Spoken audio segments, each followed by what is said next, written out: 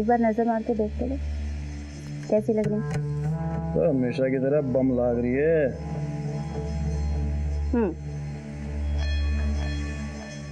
बिना देखे ऐसे कह रही बम लग रही।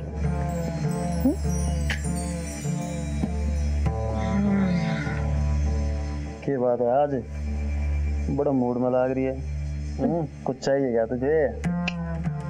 चाहिए नहीं, देने वाली हूँ। बिल्कुल थारे जैसा लौंडा बाप बनने वाला है। सच? मुझ हमारे प्यार की निशानी मेरे पेट में पड़ गई।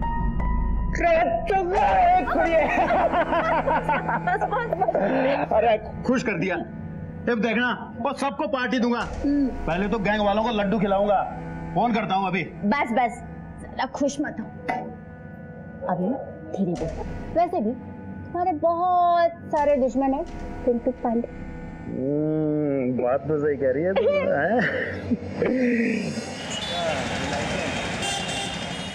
दिन ब दिन जवान होती जा रही है। माफ करना भाई साहब, मैंने देखा नहीं, वो बहुत जरूरी काम था ना इसलिए चला आया। हमेशा भाई के हालचाल पूछने आते हो, कभी भाभी के भी पूछ लिया करो। ऐसा कुछ ना भाभी, बस थोड़ा काम में लगा रहता हूँ। काम बोल। भाई साहब वो गोकुल शास्त्री के गैंग वाले सुलह करना चाहते हैं। सालों के बाप को क्या मारा कि 2 दिन में औकात पता चल गई उनको? जी भाई साहब। औकात तो पता चलनी ही थी। उनके बच्चों को नया बाप जो चाहिए था, और तुमसे अच्छा बाप कहाँ से मिले? मेरे साथ रह के ना तू बड़ी समझदार होगी। चल भाई साइड नो।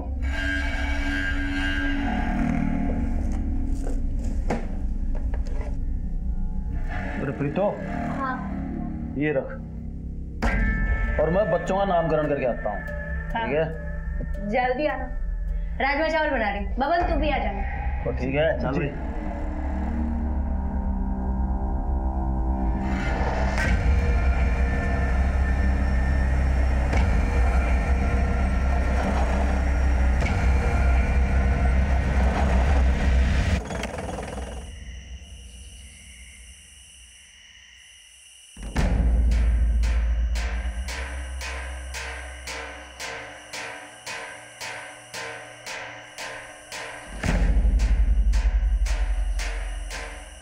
भाई यहाँ तो कोई नजर ही नहीं आ रहा।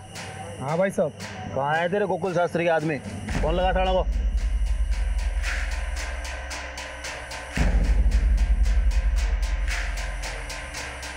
भाई साहब कोई फोन ही नहीं उठा रहा। भाई कुछ गड़बड़ लग रही है मुझे। चल भाग भाग भाग यहाँ से, भाग।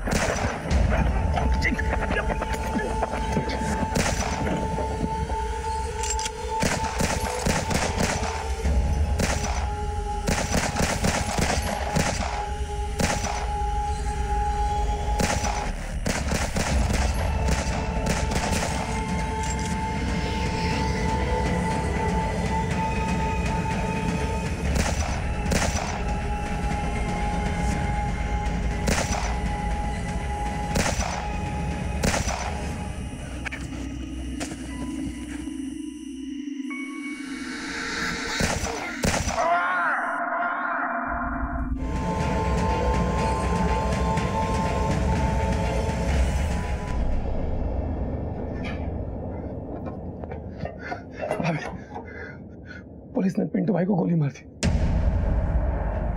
मैं बहुत मुश्किल से अपनी जान बचा के निकला हूं। किसी कमीने ने मुखबरी कर दी साहब। भाभी अभी हमें यहाँ से निकलना पड़ेगा। गोकुल के गैंग वाले हमें हर जगह ढूंढ रहे हैं और पुलिस भी कभी भी यहाँ पहुंचती होगी।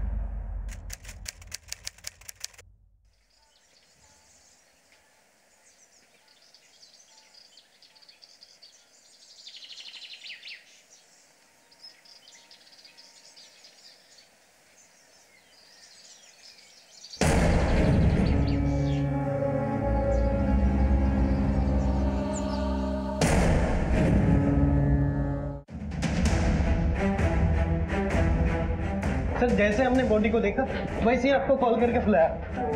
साइड दीजिए, साइड दीजिए।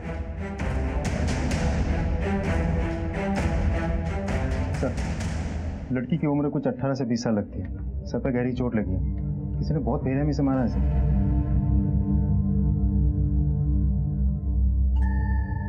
मुझे एरिया सील करवा पड़ेगा। सर, ये लड़की यहीं रहती थी? जी सर, शर्मा जी की बेटी नंदनी है, फ्लैट नंबर 204 में रहती है। अच्छा, तुमने जब डेड बॉडी को लिफ्ट में देखा तो लिफ्ट में कोई और भी था या किसी को आते जाते देखा हो? नहीं सर। विजय, या तो इस लड़की के ऊपर हमला इस लिफ्ट में ही हुआ है या फिर ये हमलावर से बचने के लिए लिफ्ट की तरफ भागी है। विजय, बॉडी को पोस्टमार्टम के लिए भिजवा दो। सपन सर। लड़की की फैमिली की डिटेल्स लेके उसकी फैमिली को इन्फॉर्म कर दो। Okay sir. आओ विजय। सर,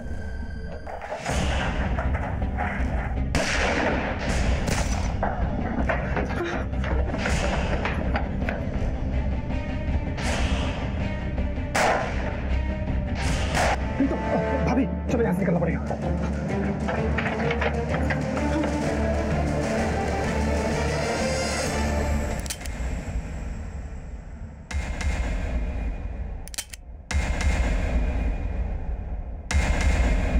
देख, अगर तूने हमें मार दिया ना तो तुझे कुछ नहीं मिलेगा, लेकिन अगर तुमने हमें जिंदा छोड़ दिया तो तुम्हें बहुत कुछ मिल सकता है।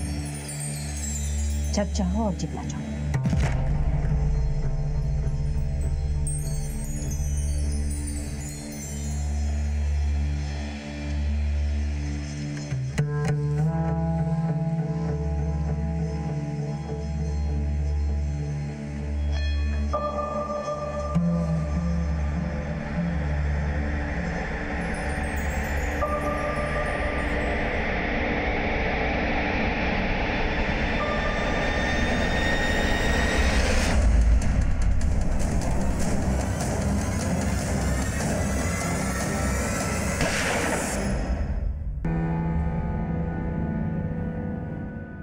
क्या हुआ? ऐसे क्यों बोल रही? जान है तो जान।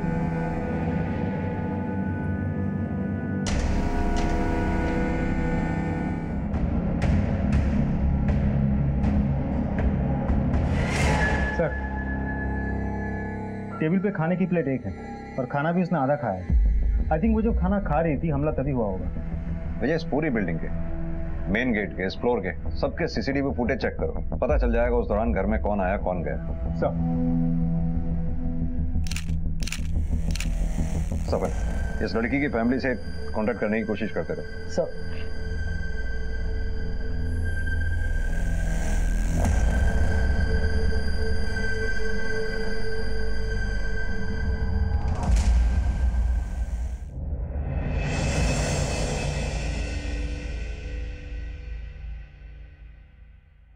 Thank you very much.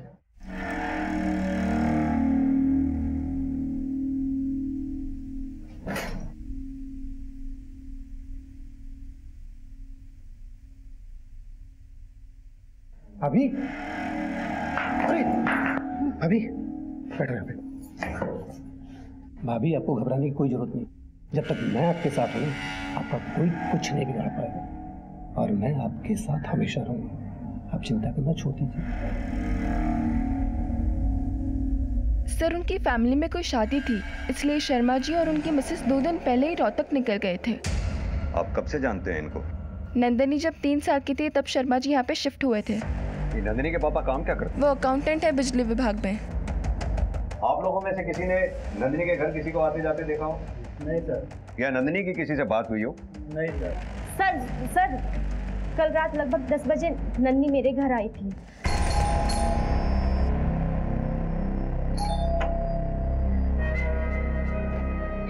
अरे नंदिनी, सॉरी दीदी, इतनी रात को आपको डिस्टर्ब किया।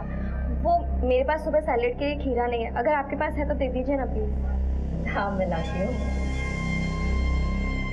सर, इतनी प्यारी और जोली नेचर की लड़की के साथ ऐसा कुछ हो सकता है? मुझे तो यकीन ही नहीं हो रहा है।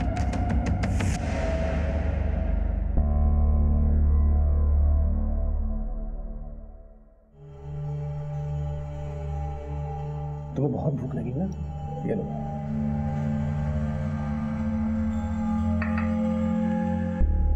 तू मेरा कितना ध्यान रखता है ना। अगर तू नहीं होता तो पता नहीं मेरा क्या होता। कुछ भी बोलती हो आप चुपचाप खाना खाइए, ठीक है? बबन,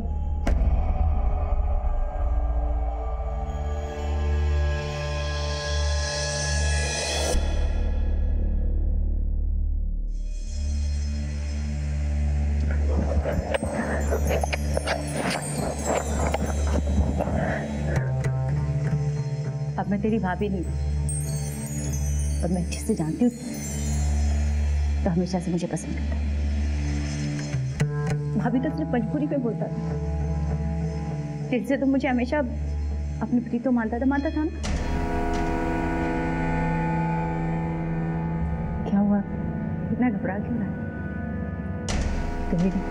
कभी तुझे हमेशा से पसंद करती थी, पर कभी कह नहीं पाई, लेकिन आज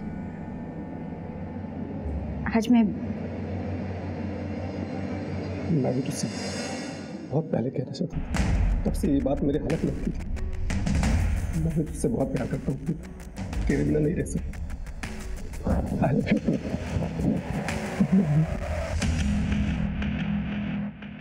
सर, नंदिनी के घर के फुटेज ये देखिए सर। ये फुटेज मैंने एक बार नहीं बल्कि कई बार बहुत ध्यान से चेक किया।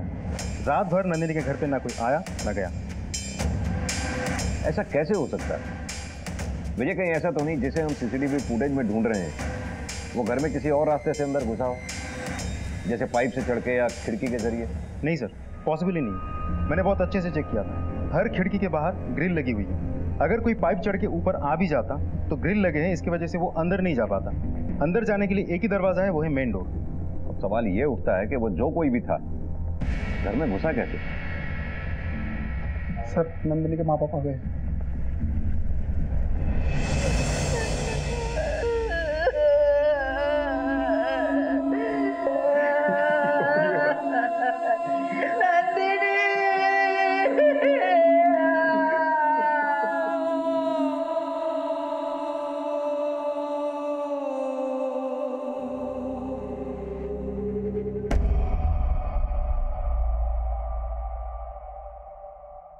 आप लोगों की किसी से कोई दुश्मनी या झगड़ा या नंदिनी का? सीधे साधे लोग हैं हम सर, हम किसी से क्या बैर लेंगे और किसी को हमसे क्या दुश्मनी रखी। देखिए, ऐसा भी तो हो सकता है कि नंदिनी जहाँ काम करती थी वहाँ किसी के साथ कोई झगड़ा हुआ। नहीं सर, ऐसा कुछ नहीं था। अभी 6 महीने पहले ही उसकी नौकरी लगी थी। पापा, पापा मिठाई खाओ। क्या होता है? अरे खाओ तो, मम्मा आप भी खाओ। आज से हमारी सारी प्रॉब्लम दूर हो जाएगी क्योंकि मुझे नौकरी मिल गई है। क्या बात और वो भी पता है 2-4 हजार रुपए की नहीं, पूरे 50,000 रुपए की। आपकी बेटी काम कहाँ करती थी? आप लोग जा सकते हैं।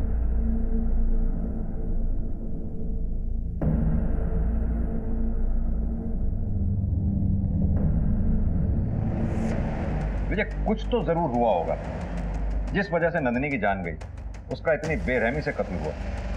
एक काम करो, नंदिनी के सारे दोस्तों से पूछताछ करो, पता करो क्या नंदिनी के माँ बाप वाकई उस दिन शादी में गए थे? सर, आपको लगता है इसमें नंदिनी के माँ बाप का हाथ हो सकता है? फिलहाल तो कुछ भी नहीं कहा जा सकता, लेकिन हमें हर एंगल चेक करना होगा, कुछ भी छूटना नहीं चाहिए। सर, पुलिस ने नंदिनी की मौत से जुड़े हर पहलू को जांचना शुरू किया, लेकिन उनको कोई ठोस दलील नहीं मिल रही थी। अब तक की मिली जानकारी से इतना तो साफ था कि नंदिनी की जिंदगी में कुछ तो रहस्यमय चल रहा था। पुलिस हर सबूत और बयान का बारीकी से मुआयना कर रही थी। सर, हमने नंदिनी के दोस्तों से, फैमिली से, आस पड़ोस वालों से पूछताछ की, लेकिन हमें ऐसा कुछ भी नहीं मिला जिससे हम किसी पे शक कर सकें। उसका किसी के साथ कोई अफेयर भी नहीं था। सर, जब से उसने वजन कम किया था उसको मेकअप का और कपड़ों का नया शौक चढ़ा था, बाकी सब कुछ पहले जैसे ही चल रहा था। और मैंने उसके माँ बाप के बारे में पता किया, वो लोग शादी में वाकई रोहतक गए। विजय, ये नंदिनी जहाँ काम करती थी वहाँ इंक्वायरी करो, शायद वहाँ से कोई इन्फॉर्मेशन मिले। सर, नंदिनी शर्मा की पोस्टमार्टम रिपोर्ट आ गई।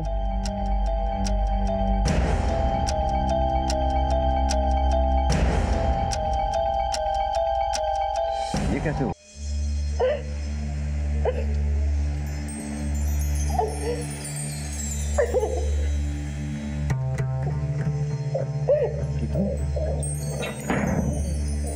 क्या हुआ तुझे?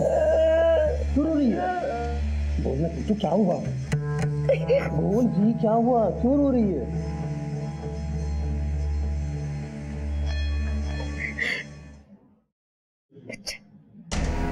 बच्चा, तेरा बच्चा पड़ रहा है मेरे पेट में।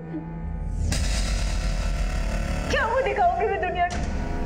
किसी और की विधवा और किसी और का बच्चा पेट में लिए घूम रही हूँ। एक दिन तू भी मुझे छोड़ के चला जाएगा, ये सोच कर डर लगता है। देख मेरी बात सुन, मेरे को भरोसा, मैं तुझे और अपने बच्चे को छोड़ के कहीं नहीं जाऊंगा। मैं हमेशा तेरे साथ रहूंगा, मैं हमेशा तेरे साथ रहूंगा।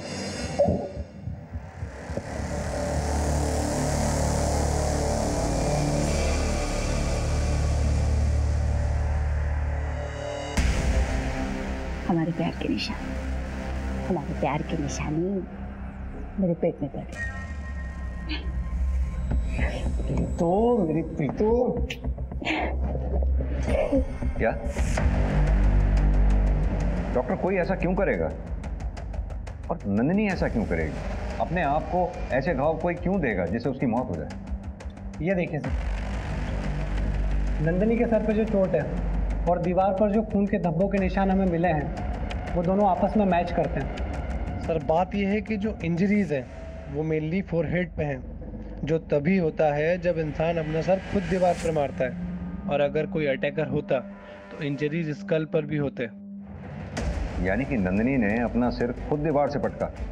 हमारी इंक्वायरी में जहाँ तक हमें पता चला है, नंदिनी ऐसी लड़की नहीं थी कि वो आत्महत्या कर ले, और ना ही उसे कोई दिमागी बीमारी थी। बिल्कुल कर सकता है सर, इन मेडिकल ड्रग्स की वजह से। जिस मात्रा में ये नंदिनी के शरीर में पाई गई हैं, उस हालत में इंसान कुछ भी कर सकता है।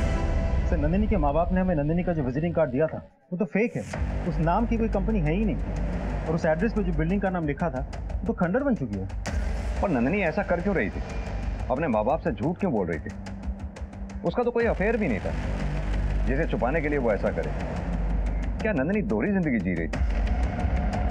विजय काम करो, इस नंदिनी की सारी इंफॉर्मेशन निकालो, कहाँ जाती थी, किससे मिलती थी, अकाउंट डिटेल्स वगैरह वगैरह। मुझे लगता है कहीं कुछ ऐसा है जो अभी तक हमारे सामने नहीं आया। नंदिनी को कोई नशे की लत नहीं थी सर, आप उसे बदनाम कर रहे हो। देखिए हम उसे बदनाम नहीं कर रहे, ये नंदिनी की पोस्टमार्टम रिपोर्ट है, जिससे साफ साफ जाहिर होता है कि नंदिनी के शरीर में भारी मात्रा में ड्रग्स मिले। देखिए बच्चे जब बड़े हो जाते हैं बहुत सी बातें अपने माँ बाप से छुपाने लगते हैं। हो सकता है नंदिनी ने ये नशे की बात भी आप लोगों से छुपाई हो, जिसकी वजह से उसकी जान गई। अब हमें पता ये करना है कि नंदिनी को ये मेडिकल ड्रग्स कहां से मिले जिनकी उसे लत लगी थी। और तो और नंदिनी के ऑफिस का जो आपने विजिटिंग कार्ड हमें दिया था उसका एड्रेस भी फेक है, ना तो उस नाम की कोई कंपनी और ना ही कोई बिल्डिंग। आपको जरूर कुछ गलतफहमी हुई है, वो भला ऐसा क्यों करेगी? नंदिनी का किसी बीमारी का इलाज चल रहा था इन दिनों? नहीं सर, इलाज तो नहीं, पर हाँ वजन घटाने के लिए उसने स्लिमिंग क्लिनिक ज्वाइन किया था।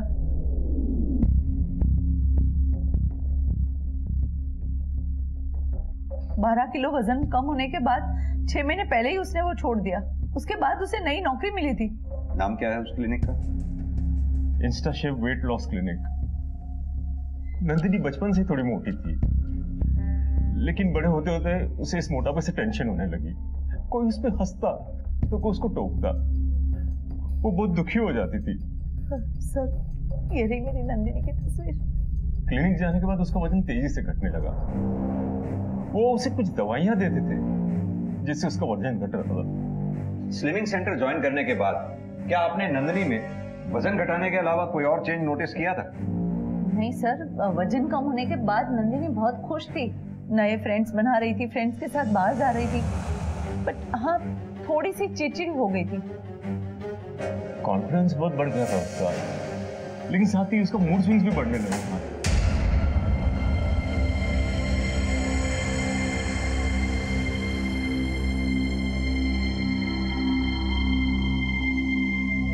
नंदिनी क्या बात है बेटा, चुपचाप बैठो अकेले यहाँ?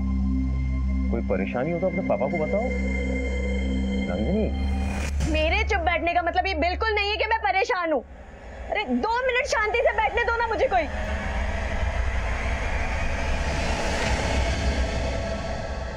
एक बात बताइए, ये नंदनी का खर्चा कैसे चलता था?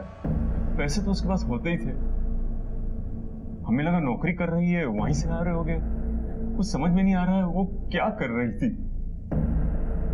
भाई भाई ठाकुर ने फ्लाईओवर के पास बुलाया और बुलाया अकेले आने। तो रुक मैं हूँ, मैं जाके आता हूँ। अपना ध्यान रखना और संभाल कर जाना। तू घबरा मत, पुलिस को पता भी नहीं है कि हम कर रहे हैं, ठीक है? सर, नंदिनी के कॉल रिकॉर्ड के हिसाब से उसके बारे में खास कुछ पता नहीं चला, लेकिन उसके मोबाइल लोकेशन से हमें ये इन्फॉर्मेशन मिली है कि वो गुरुग्राम के सेक्टर 48 में अक्सर आ जाया करती थी, वो भी उस टाइमिंग पे जब उसके माँ बाप के हिसाब से वो जॉब पर होती थी। वहाँ ऐसा क्या था? Sir, swimming clinic. कोर्स पूरा होने के बाद नंदिनी शर्मा इस एरिया में क्यों जाया करती थी? इस स्विमिंग क्लिनिक का क्या राज है? सर, इस क्लिनिक के बारे में खास कुछ तो पता नहीं चला, लेकिन इतना पता चला है कि ये कंपनी 5 साल पुरानी है और दिल्ली एनसीआर में कुल मिला के 12 ब्रांचेस हैं और सारे के सारे ब्रांचेस बहुत अच्छा बिजनेस कर रही है। और हाँ सर, नंदिनी शर्मा के फाइनेंशियल डिटेल्स। सर, इसके हिसाब से नंदिनी की कोई फिक्स सैलरी नहीं थी, लेकिन फिर भी हर महीने 40 से 60 हज़ार रुपये कैश उसके अकाउंट में डिपॉजिट हो जाते थे। विजय, होना हो इस नंदिनी शर्मा का कोई ना कोई राज इस स्विमिंग क्लिनिक से जुड़ा हो सकता है।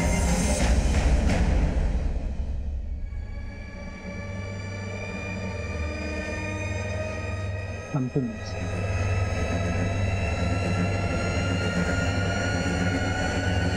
यस सर, अभी आपको किससे मिलना? यहाँ का मैनेजर कौन है, उनसे मिलना है। Okay, 1 second.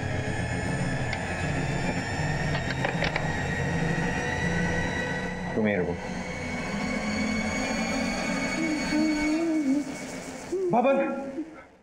बबन मारा गया। पुलिस ने हमें फंसाया था वहां पे। पुलिस यहाँ कभी भी आ सकती है, हमें तुरंत यहाँ से निकलना होगा।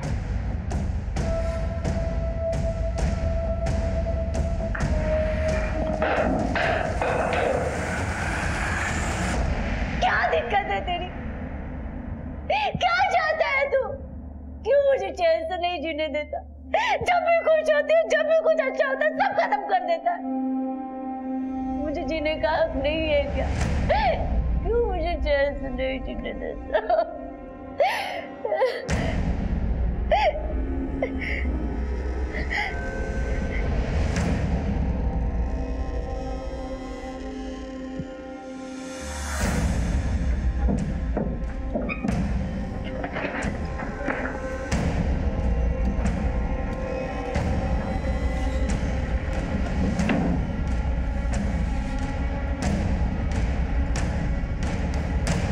अभी आप कहाँ जाओगे?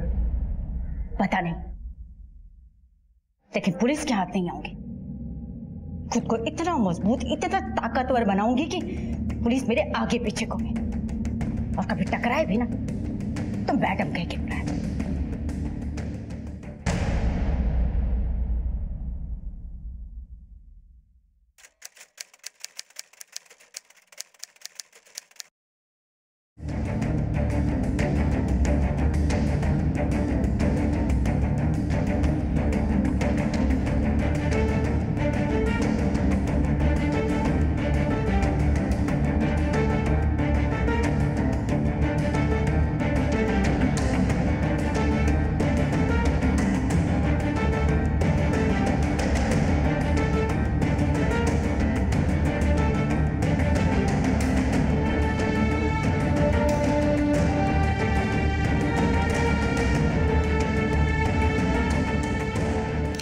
बुजुर्गों के लिए घर दान करके मैं उन पर कोई एहसान नहीं करता, बल्कि मालिक ने मुझे जो दिया है वही मैं दूसरों को दे रही हूँ। ये वृद्धाश्रम मैंने अपनी माँ की याद में बनवाया। उनके आदर्श और वसूलों का मैं पालन करती हूँ और आगे भी करती रहूँ।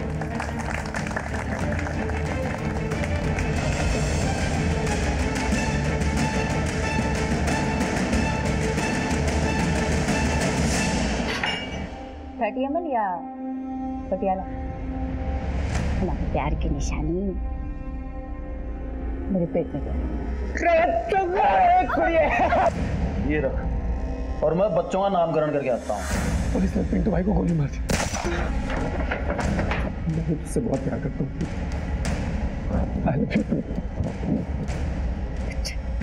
तेरा बच्चा पड़ रहा है मेरे पेट में। बबन मारा गया, पुलिस ने हमें फंसाया था वहां पे। पुलिस यहाँ कभी भी आ सकती है। पुलिस के हाथ नहीं आएगी। खुद को इतना मजबूत, इतना ताकतवर बनाऊंगी कि पुलिस मेरे आगे पीछे को। कल तक पुलिस से मुंह छुपाए फिर रही प्रीत आज इस मकाम तक कैसे पहुंची? उसका कद इतना बुलंद कैसे हो गया? नंदिनी की मौत की तफ्तीश कर रही पुलिस टीम ने अब एक नया पैंतरा आजमाया। अब इंतजार था किसी ठोस सबूत के हाथ लगने का। Hello sir, my self Priyanka Nath. How may I help you? हमें नंदिनी शर्मा के बारे में आपसे कुछ बात करनी थी। 6 महीने पहले पेशेंट थी वो आपकी। Please have a seat. जब नंदिनी के बारे में सुना तो बहुत बुरा लगा। मेरा तो दिल ही बैठ गया था जब मुझे पता चला। हमने तो उसके घर पे कंडोलेंस हैम्पर भी भेजा था। एक बात बताइए, वजन घटाने के लिए आप अपने पेशेंट्स को लाइसेंस पिल्स देते हैं? पिल्स? नहीं तो हम तो उन्हें मल्टीविटामिन देते हैं। बल्कि ये पिल्स के तरीके तो हम उन्हें सजेस्ट भी नहीं करते, क्योंकि जितनी जल्दी इससे वेट लॉस होता है उतनी ही जल्दी वापस बढ़ता भी है। हम एकदम साइंटिफिक तरीके से ट्रीटमेंट करते हैं। आइए मैं आपको दिखाता हूँ।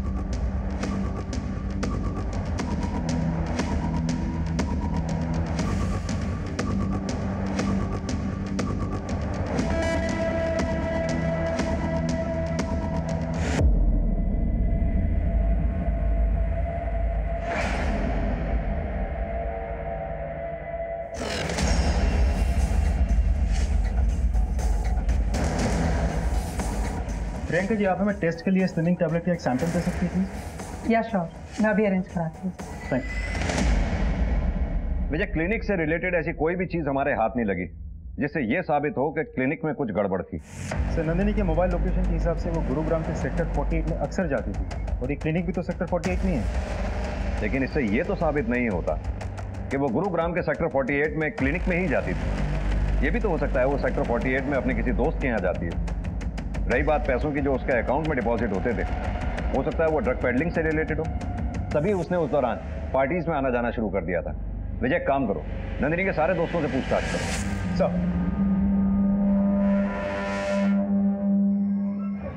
हो जाएगा सर जी, हो जाएगा, बिल्कुल हो जाएगा, आप बोलिए तब। चलो खाना खा लो बच्चा। नहीं।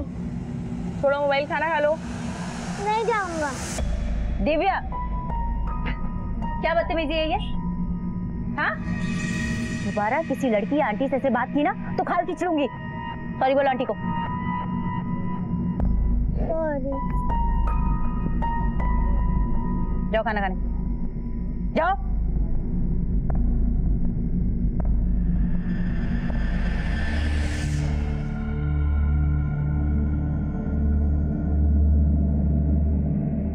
माय गॉड, बहुत सुना है इस क्लिनिक के बारे में। मेरा वजन भी कम हो जाएगा ना? पता है, लोग मुझे फैटी, मोटी, पता नहीं क्या क्या बोल के चढ़ाते हैं। अगर ऐसे ही चलता रहा तो कैसे मेरी शादी होगी? कैसे नहीं होगी तुम्हारी शादी? बिल्कुल होगी। और ये शादी क्या चीज़ है? एक बार हमारे साथ जुड़ने के बाद तुम्हारी भी जिंदगी बदल जाएगी, बाकी लड़कियों की तरह। सच? बिल्कुल।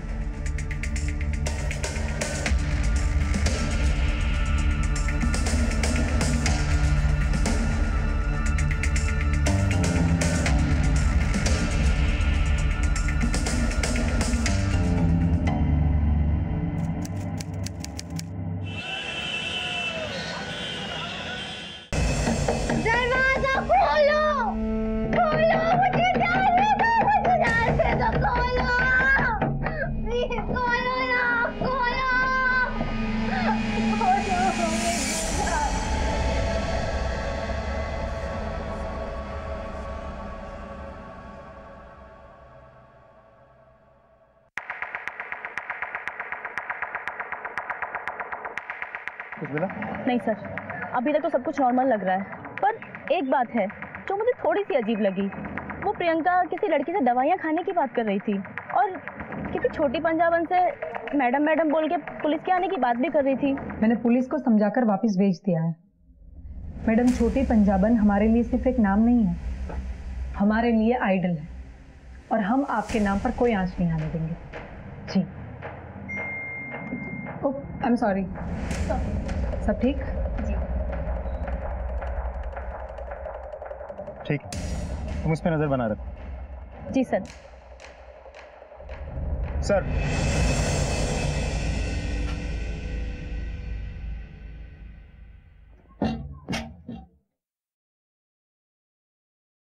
लो खाना खा लो।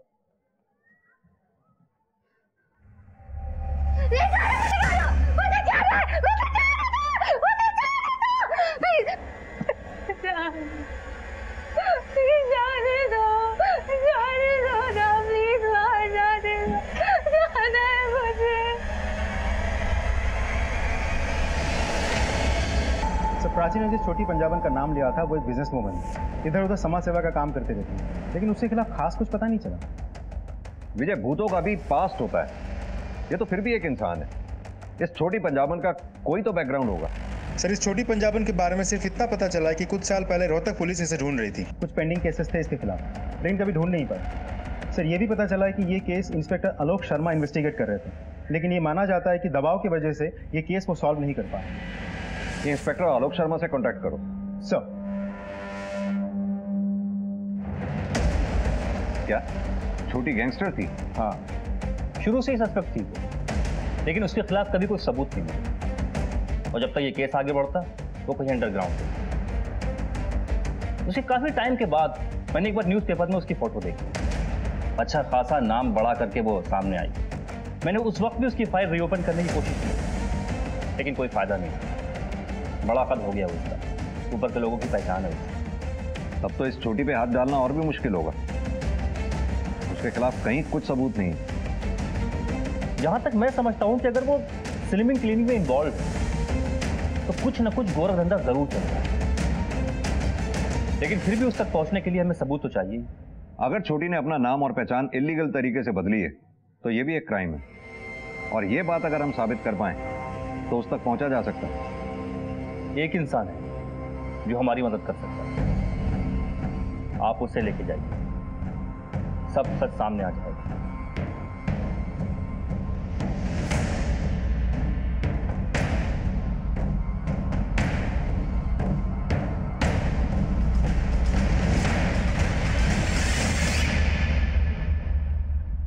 क्या हुआ, ऐसे कैसे गुस्से चले आ रहे हैं आप लोग? आपसे कुछ बात करनी थी। और मुझे कोई बात नहीं करनी? हमसे नहीं करनी, लेकिन इनसे तो करनी होगी।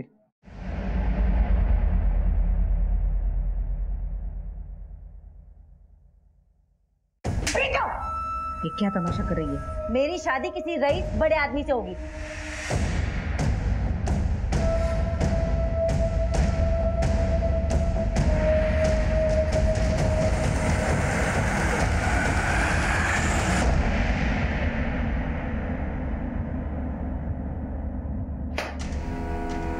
इतने साल गैंगस्टर बने रहने के बाद अचानक समाज सेविका बन गई।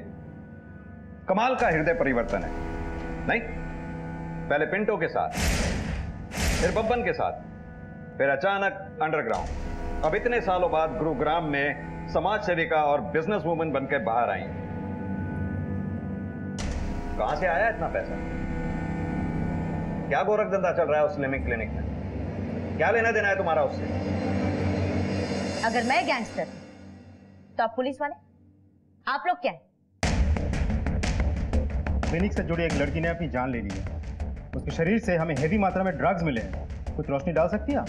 क्लिनिक में 50 लड़कियां आती हैं सर, वो बाहर जाकर क्या गुल खिलाती है उससे मेरा क्या लेना देना? और रही बात आपके सवालों तो उसके जवाब देना ना तो मैं जरूरी समझती हूँ और ना ही वो मेरी मजबूरी है। लेकिन हमारे लिए जरूरी है, क्योंकि ये बात तुम बहुत अच्छी तरह से जानती हो कि हम अगर अपने पे आ गए तो सच उगलवा ही लेते हैं। 4 घंटे हैं तेरे पास सोचने के लिए, सोच लो, मर्जी से बोलोगी या आओ भगत करा के?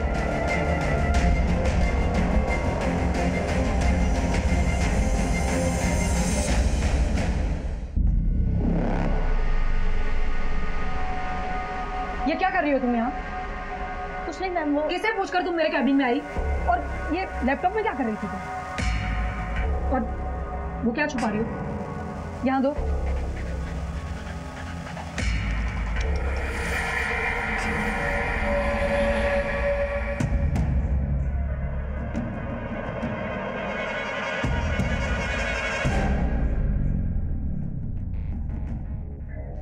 कि पुलिस वाले ना तो उस समय मेरा कुछ बिगाड़ पाए थे, ना अब बिगाड़ पाएंगे।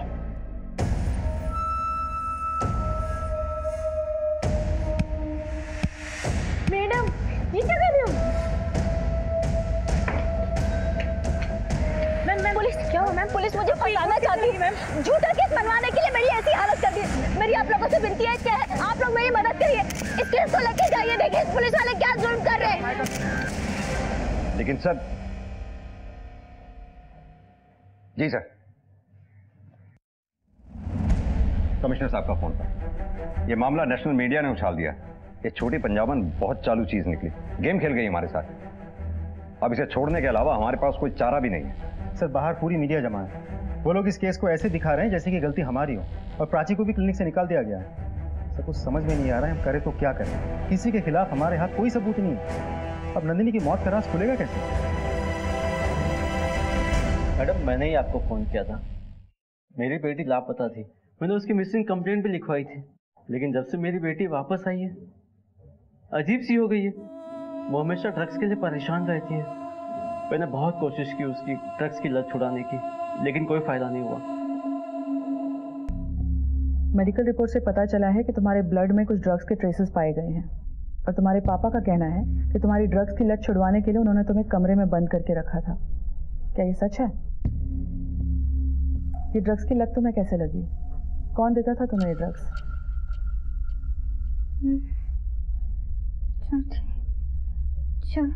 छोटी पंजाबन। छोटी पंजाबन? ये नाम कुछ सुना सुना लग रहा है। हाँ, याद आया। हाल ही में मीडिया में उसके बारे में सुना था। गुरुग्राम केस में उसका नाम सामने आया था। तुरंत गुरुग्राम पुलिस को इन्फॉर्म करो। ठीक है, बताना मुझे। सर, लखनऊ पुलिस को एक लड़की मिली है जिसका कनेक्शन छोटी पंजाबन से है।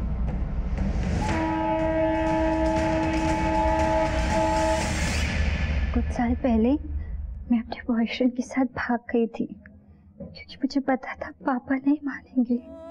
उन्हें वो बिल्कुल पसंद नहीं था, और पापा सही भी थे मैम। वो मुझे भगा कर ले गया और मुझे छोटी पंजाबन को बेच दिया उसने मुझे एक कमरे में बंद करके रखा और मुझसे जबरदस्ती धंधा कराने लगी। क्या हुआ? अरे पगली, तुझे मालूम नहीं, इस धंधे में ना पैसा ही पैसा है। दर्द होता है ना, चल ये कुछ दिन दवाई खा के काम चला ले, तो धीरे धीरे आदत हो जाएगी। ले ले ले। दवाई के नाम पे मुझे ड्रग्स की लत लगा दी। मैं बुरी तरह से फंस चुकी थी। दिन रात मैं वहाँ से बस भागने की प्लानिंग करती रहती थी, और जैसे ही मुझे वो मौका मिला मैं फौरन वहाँ से भाग के पापा के पास आ गई। लेकिन उस ड्रग्स की लत ने मेरा पीछा नहीं छोड़ा।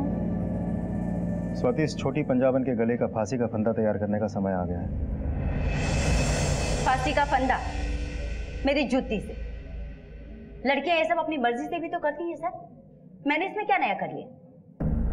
उनका इस्तेमाल पैसे कमाने के लिए किया, और हाँ, बड़ी ईमानदारी से उन सब का हिस्सा उन्हें दिया। मुझे नौकरी मिल गई है, पूरे 50,000 रुपए की। वैसे भी लड़कियां हमेशा दूसरों का सहारा ढूंढती रहती हैं, रोते धोते रहती हैं। मैंने तो उन्हें समझाया कि बेवकूफ लड़की हो, तुम्हारे पास तुम्हारा खुद का बहुत कुछ है, क्यों किसी और के लिए रोना? और इस मिशन में तू नंदनी, रितु और न जाने ऐसी कितनी लड़कियों की खरीद फरोख्त की, उन्हें नशे की आदत डाली ताकि तेरे और दलालों के चुंगल में फंसी रहे हो। धंधा कोई भी हो सकता, खरीदना बेचना तो पड़ता ही। और नंदिनी ने भी कुछ कम पैसे नहीं बनाए। जब नहीं झेल पाई तो मर गई। मैंने थोड़ी ना मारा उसे। कितनी लड़कियों की जिंदगी बर्बाद कर दी है तुमने, इस बात का एहसास है तुम्हें? मैंने किसी के साथ जोर जबरदस्ती नहीं की सर। और मैंने नया क्या किया है?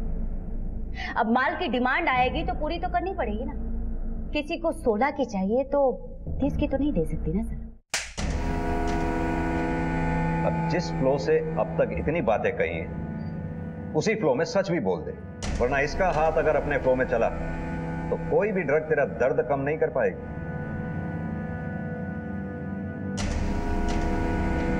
पिंटू की डायरी से मुझे बहुत से बड़े बड़े नेताओं और बिजनेसमैन के बहुत सारे छिपे हुए राज हुए।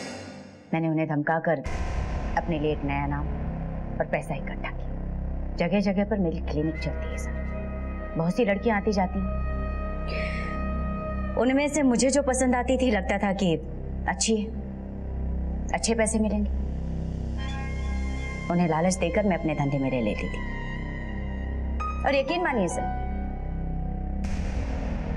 उसके लिए मुझे बहुत ज्यादा मेहनत नहीं करनी पड़ती थी। बहुत सी तो ऐसे ही रोते धोते आ जाती थी खुद ही।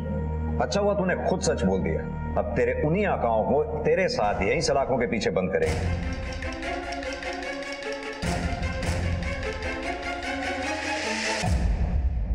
अपने सपनों के पीछे भागते भागते मैं ये भूल ही गई थी कि देर सवेर कहीं ना कहीं इनका अंत हो ही जाएगा। कुछ पाने के लिए कुछ खोना पड़ता है, इसका मुझे विश्वास था। लेकिन आज ये एहसास हुआ कि कुछ पाने के लिए मैंने अपना सब कुछ खो दिया।